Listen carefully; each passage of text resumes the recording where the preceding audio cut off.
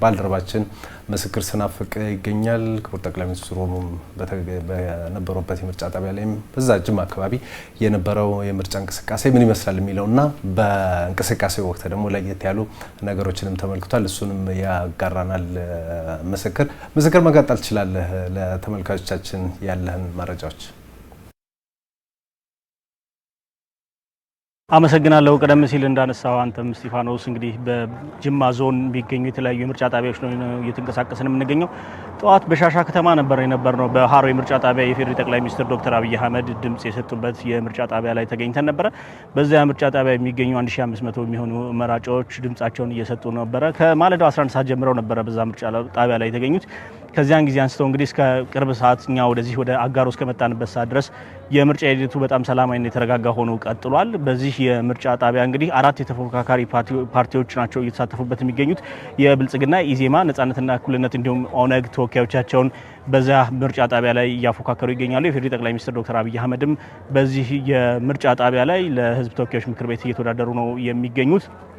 በዚህ የህዝብ ተወካዮች ምክር ቤት ምርጫ በተጨማሪ እንግዲህ የክልል ምክር ቤት ምርጫም አለ። 3ቱ እጩዎች ለህዝብ ተወካዮች ምክር ቤት ሲወዳደሩ 5 ደግሞ የሚሆኑት ለክልል ምክር ቤት ነው እየተፎካከሩበት የሚገኙት ይህንን የምርጫ ጣቢያ። ከዚያ በሰፋ መልኩ የተለያዩ የምርጫ ጣቢያዎችን ተንቀሳቅሰን ተመልክተናል። አሁን የምንገኘው አጋሮ ከተማ ነው። በጎማ 2 የምርጫ ክልል ውስጥ እንግዲህ ወደ 87 የሚሆኑ የምርጫ ጣቢያዎች ይገኛሉ። አንድ ንዑስ ጣቢያ አለ በዚህ የምርጫ ክልል ውስጥ። በአጠቃላይ ወደ 88 የሚሆኑ የምርጫ ጣቢያዎች ይገኛሉ። እነዚህ የምርጫ ጣቢያዎች ውስጥ ያለው የምርጫ እንቅስቃሴ ምን ይመስላል የሚለውን ተዘዋውረን ለመመልከት ሞክረናል። አብዛኞቹ እንግዲህ ምርጫው በጣም ሰላማዊና የተረጋጋ ሆኖ እየሄደባቸው ናቸው ያሉት። የምርጫ ጣቢያ ኃላፊዎችንም እንዲሁ ለማነጋገር ሞክረናል። እነሱም እስካሁን ድረስ ምንም አይነት ችግር በእነዚህ ምርጫ ጣቢያዎች ውስጥ እንዳልገጠማቸውና መራጮች ተረጋግተው ለሚፈልጉት ይበጀናል ላሉት አካል ድምጻቸውን እየሰጡ እንደሚገኙ አንስተውልናል። እንግዲህ በዚህ የምርጫ ክልል ውስጥ እንግዲህ አሁን በምንገኝበት አጋሮ ከተማ ውስጥ ወደ 35 የሚሆኑ የምርጫ ጣቢያዎች አሉ።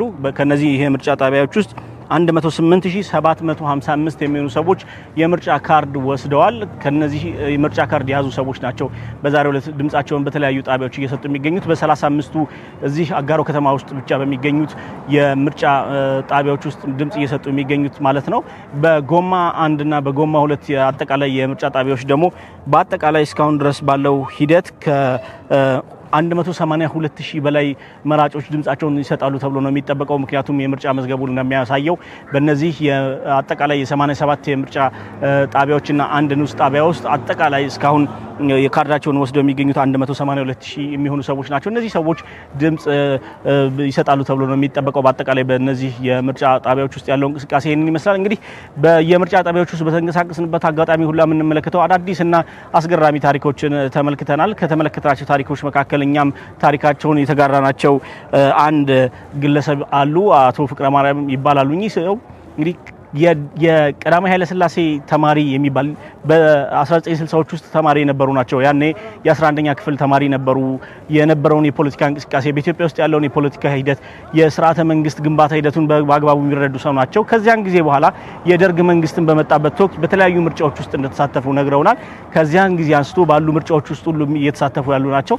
እሳቸው በግለ ታሪካቸው ወደ ማህበራዊ ሳይንስ ያዘነበሉና መምህርም ስለነበሩ አብዛኛውን ጊዜ የምርጫን ጉዳይ እንደዚህ አይነት ክስተቶች ለተማሪዎቻቸው መብታቸውን መጠቀም እንዳለባቸው መብታቸውን ለማስከበር ነገ ኢትዮጵያ በምትገነባበት ሂደት ውስጥ እኔ አንድ ዜጋ ኃላፊነት አለብኝ ብለው እንዲያስቡ ተማሪዎችን የሚያበረታቱ መምህር ናቸው። እርሳቸውን ዛሬ በምርጫ ጣቢያ በዚህ በ7ኛው ጠቅላላ ምርጫ ላይ ተሳትፎ አድርገው ሲወጡ አግኝተናቸው ነበር። አስገራሚ የሆነ ታሪካቸውንም አጫውተውናል። እንግዲህ በእኔ በኩል ወደ ኋላ ላይ ተጨማሪ መረጃዎችን ይዤ መለሳለሁ። የኚህን ባለ ታሪካችንን የምርጫ ዕለት ታሪካቸውን ግን ከወዲሁ እኔ ልጋብዛችሁና ልሰናበት።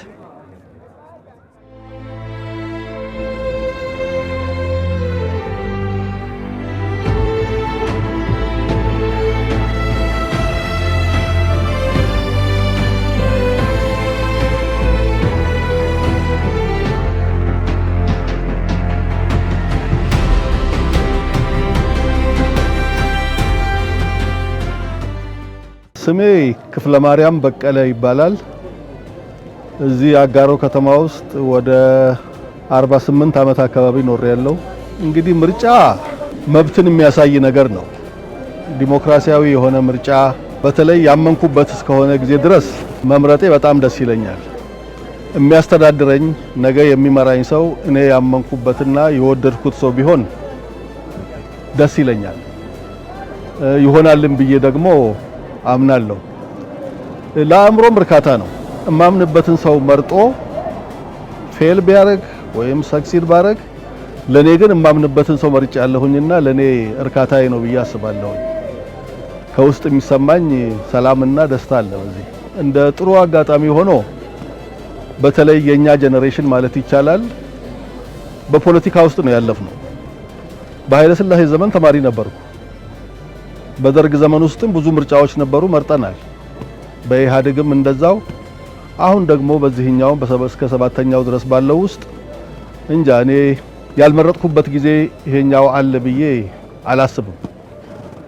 እና በነበሩት ምርጫዎች በሙሉ ይሁንም አይሁንም እኔ ያልኩት ይሁንም አይሁንም፣ ነገር ግን ለህሊናዬ ማድረግ የሚገባኝን ነገር አድርጌ ረክቻለሁ ብዬ አስባለሁ።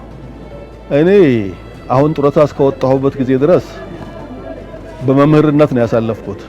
በተለይም ደግሞ የሶሻል ሳይንስ ተማሪ ስለሆንኩኝ እንዲህ አይነት ነገሮችን አስተዳደራዊ የሆኑ ነገሮችን የመንግስትን ጉዳይ ይሄ ከትምህርቴ ጋርም ስለሚሄድ በነበርኩበትም ጊዜ ተማሪዎቼን የዚህን ነገር ጥቅም ስናገር ሳስተምር የቆየሁት ነገር ስለሆነ በዚህ ነገር አምንበታለሁ።